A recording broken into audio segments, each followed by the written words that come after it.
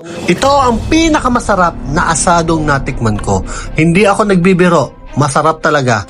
Feeling ko, nakachamba ako dito.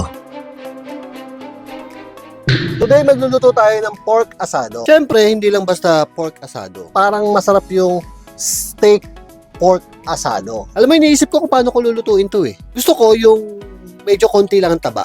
Siguro gagamitin natin kasim. Pero siyempre, di ba? Matigas po ang karne ng kasim. So, ang gagawin natin dito, lulutuin natin to ng matagal. Siguro mga 1 oras. Feeling ko nga, kulang pa ang 1 oras eh. Gagawa tayo ng mantika ng baka. Magsasalang ako ng giniling na baka hanggang sa magmantika. Yun yung gagamitin natin. Tapos, isasalang natin ngayon yung kasim. Under medium heat. Kapag naluto na yung karne natin, syempre, set aside. Ang gusto ko dito, yung malambot talaga siya. Yung pag kinagat mo, yung parang naghihiwala yung karne. Ganun ang gusto ko. Pero syempre, mas malin yung meat, mas makapit yung meat, mas masarap sa asado. Yung mantika na galing doon sa baboy natin, yan yung gagamitin natin panggisa sa arena. Hindi ko alam sa iba, no? Pero yung arena, isinasangag nila sa mantika. Pero naisip ko lang, ginagawa nila talaga to eh. No? So, comment mo nyo sa baba kung bakit nila ginagawa yan. Tapos, lalagyan natin ng oyster sauce. Lalagyan natin ng tubig. Tapos, lalagyan natin ng asukal para maging sweet yung jowa mo. Halu-haluin natin ng konti. Basil para medyo kakaiba. Siyempre, lalagyan natin ng bawang. Saka ng sukang may leukemia. At huwag mong kakalimutan yung star anise. Ito yung nagpapasarap talaga dito. Pakukuloyin natin yan siguro ng mga 5 minutes. Pagkakulo, tsaka natin ilalagay ulit yung karne.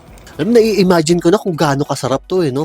Lalagay natin to sa puting plato para contrast na contrast yung para kitang-kita yung ulam. Habang ilalagay natin yan, makikita mo yung yung lapot ng sabaw. Ay, nako, parang ang sarap-sarap talaga niyan. Ibabalot natin to sa tortilla wrap. Sarap nun. Alam mo, nagugutom na ako eh. Kainin na lang natin. So, ito, no? Hindi ito yung typical na mukbang na gagawin natin o cookbang na gagawin natin. No? So, request nyo is pizza asado. Pero ang ginawa ko ngayon is asado steak roll o asado steak wrap. Kasi wala akong nakitang yung pizza wrap, pizza crust. So, yan. Makita nyo naman kung paano nito. Tingnan mo naman, men. Oh. Ngayon lang ako nakakita ng asadong may keso. Usually, parang nakatikim na ako ng siopaw na asado na may keso. Parang gano'n, nakatikim na ako. Pero ito, iba. Malupit to. Oo. Oh, kita mo naman, lambot, no? So, kasim po ang ginawa natin dito. Yeah, para mapalambot. Medyo matigas pa nga ng konti, oh. Yan. Kasim ang ginamit natin at niluto po natin to sa loob ng 1 oras. So, kung ito ay medyo matigas-tigas pa, ibig sabihin, kailangan natin to iluto ng syempre, kailangan natin iluto ng ng mas matagal. First time kong ginagawa to, kasi nakayuko ako, kung mapapansin nyo, first time kong yumuko sa camera.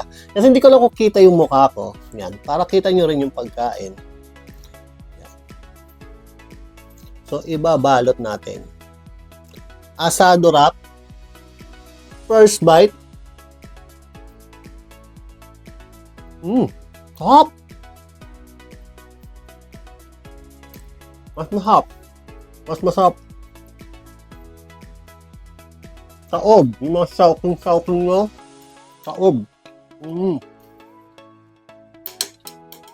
Partida to, wala pang hoisin sauce to.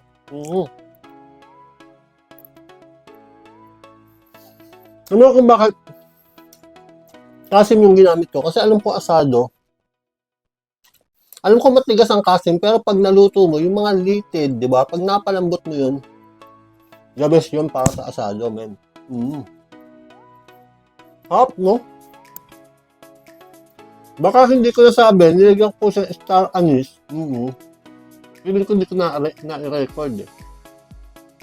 Hop. Mahap kami. At sauce. Tapos nakayuko ako.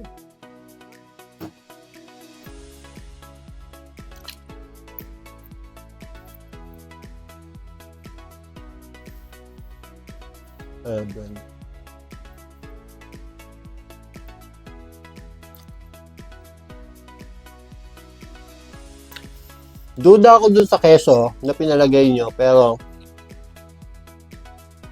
the best. Dagdagan pa natin ang keso. Tapos, hot sauce.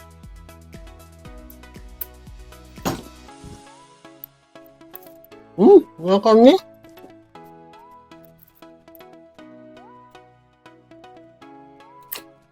Request na kayo mag-request. Ano, parang bumabalik yung hilig ko sa pagluluto eh.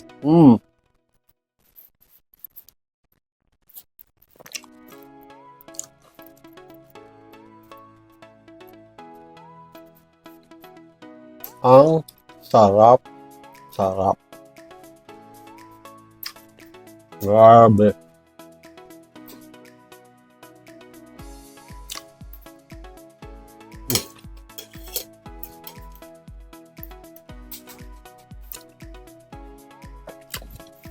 Pwede na to.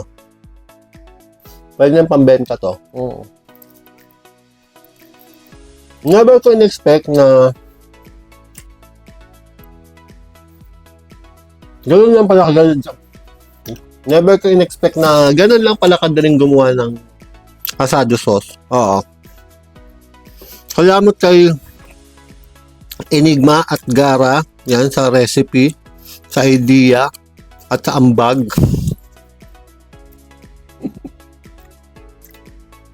Lupet, men. Kala ko kasi madidisappoint ako dun sa kasing kasi matigas talaga yan. Pero low heat, tsaka isang oras, wala. Kahit anong karne, low heat mo, matagal mo lutuin. Meron mga karne, lalo sa baka, kapag pinakuluan mo tapos nilakasan mo yung apoy, hindi lalambot. Pero pag hininaan mo, lalambot yun. So kung napansin nyo, yung suka madilaw, ano yun? Suka na may turmeric.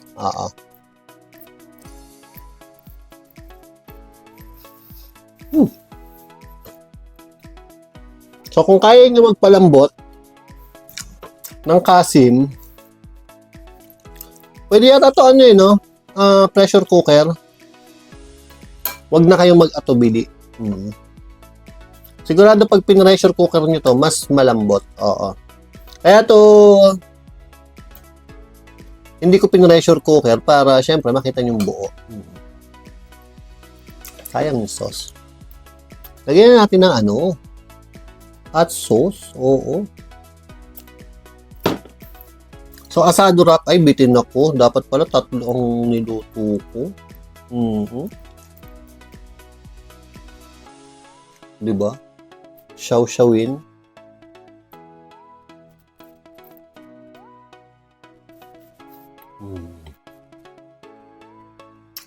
Tamang-tama sa midnight snack.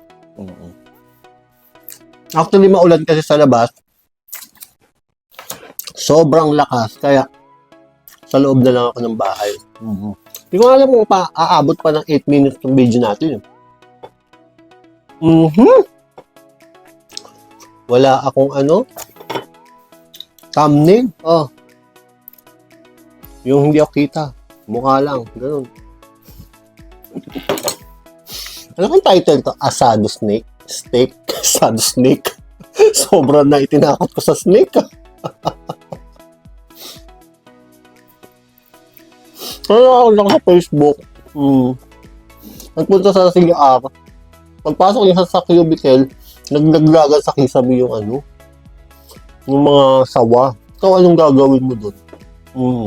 Parang sarap na sarap. Bakit ba banyo pinag-uusapan natin? Nakain ako. Ponggol naman. Minsan yung utak ko. Harap ba man?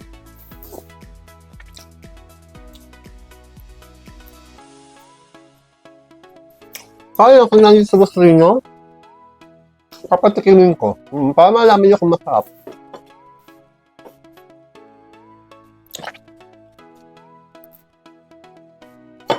Hop.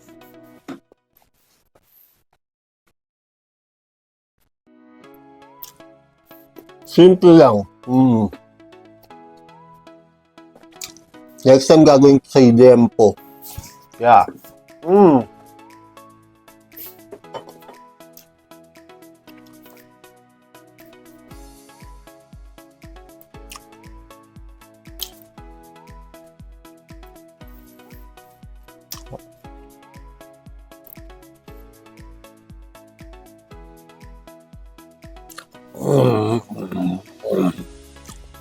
Ang sipa.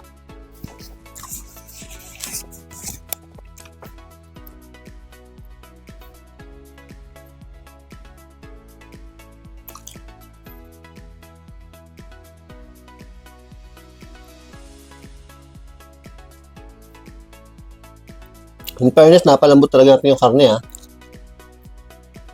Maano ako sa ano, sa matigas na karne. Ayoko ng matigas na karne. Kaya marami ng bunot yung ngipin ko. Hindi ako makakanguya.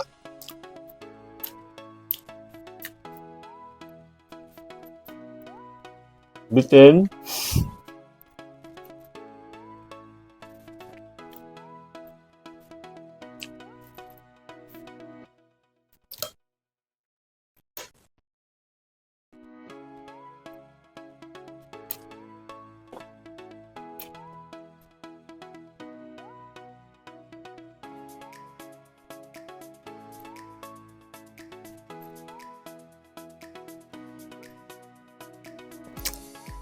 Hop.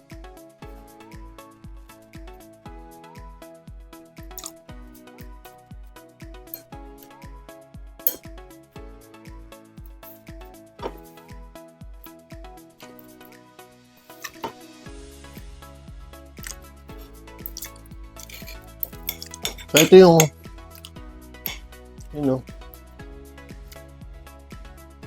may taba. Oo, may taba yan eh. Berylin. Ang problema dito, pag hindi mo siya pinressure cooker,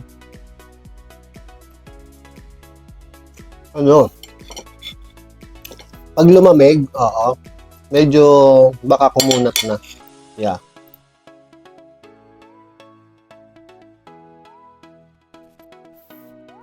Grabe. Nakachamba na naman ako.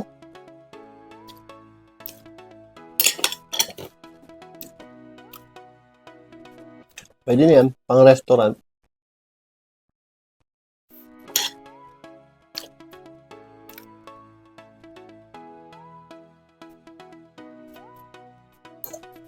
So, time check, mga alauna na yata ng madaling araw ngayon. Kaya wag nyo na ako pakainin na masyadong marami. Kain na tayong dragon fruit.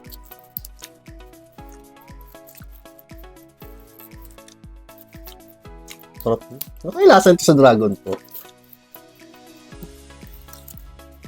Meron bang recipe para sa dragon fruit? Habang tag-dragon fruit pa, comment kayo dyan. Oo. Makukuha natin yan. Testing nga. Di bagay?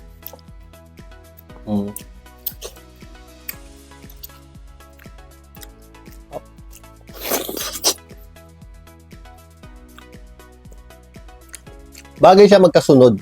Oo. Sana nakukuha yung mukha ko, no? Baka may pag inano ko to, hindi pala kita yung mukha ko.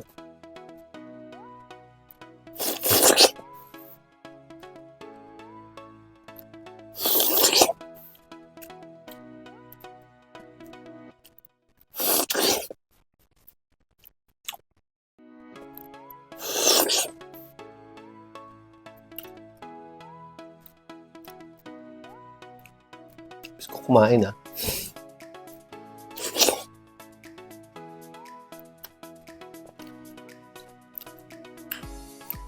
Apo.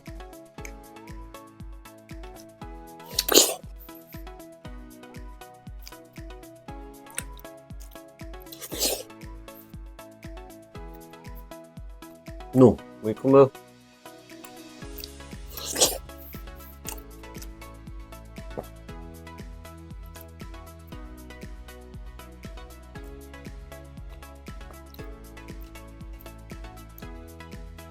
Eben.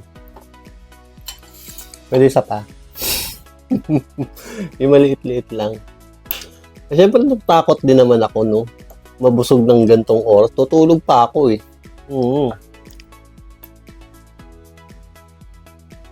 Mm, mm, mm, mm, mm.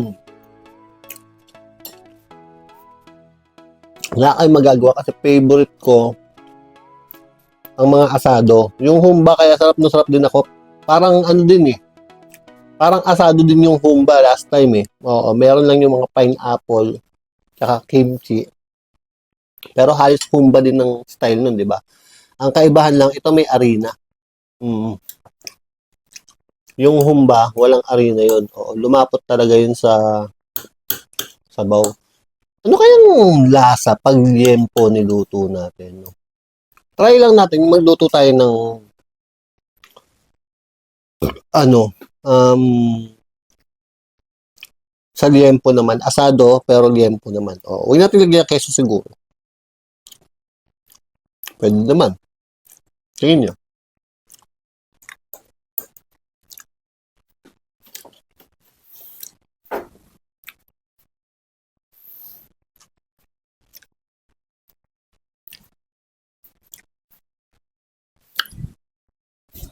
At dahil umabot ka sa video to, don't forget to like.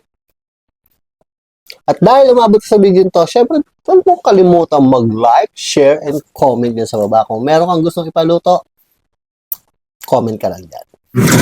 Utang na naman, si Ponggol pa rin.